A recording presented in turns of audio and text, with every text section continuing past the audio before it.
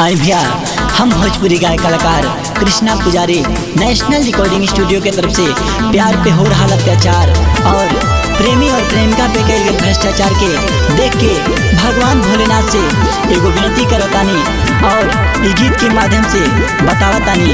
अगर अच्छा लगी तो अपन प्यार दुलार जरूर दें। सहले सहता नहीं कहले कहता, अखिया से खाली बाबा लोरा बाबा हता।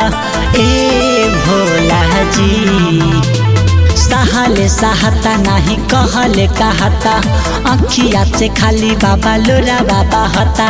दूगो प्रेम करे वाला प्रेमियन के कहे साभे देखी देखी जा रे, धोखा से बोला के साभे घरावा में मारे काहे देखी देखी जा रे।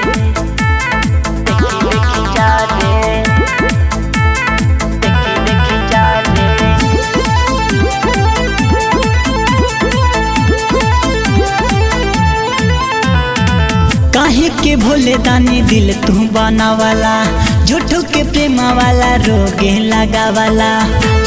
हे बाबा हाँ हाँ, काहे के भोले दानी दिल तू बना वाला, झूठो के प्रेम वाला रोगे लगा वाला। प्यारे होला पाखी के हूँ कदारो ना करे साभे देखी देखी जा रे, धोखा से बोला के साभे घरावा में मारे साभे देखी देखी जा रे। देखी जा रे, देखी जा रे।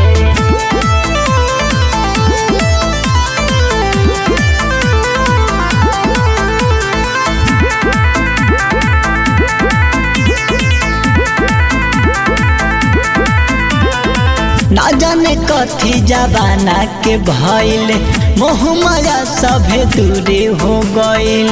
मोह माया सभे दूरी आए हाय, ना जाने कथी जबाना के भइल, मोह माया सभे दूरी हो गइल। कृष्णा पुजारी भारी उलझन में बड़े साभे देखी देखी जा रे, घर में बोला के साभे जाना से मारे साभे देखी देखी जा रे। सहले सहता नहीं कहले कहता, अखिया से खाली बाबा लोरा बाबा हता। ए भोला जी सहले सहता नहीं कहले कहता, अखिया से खाली बाबा लोरा बाबा हता।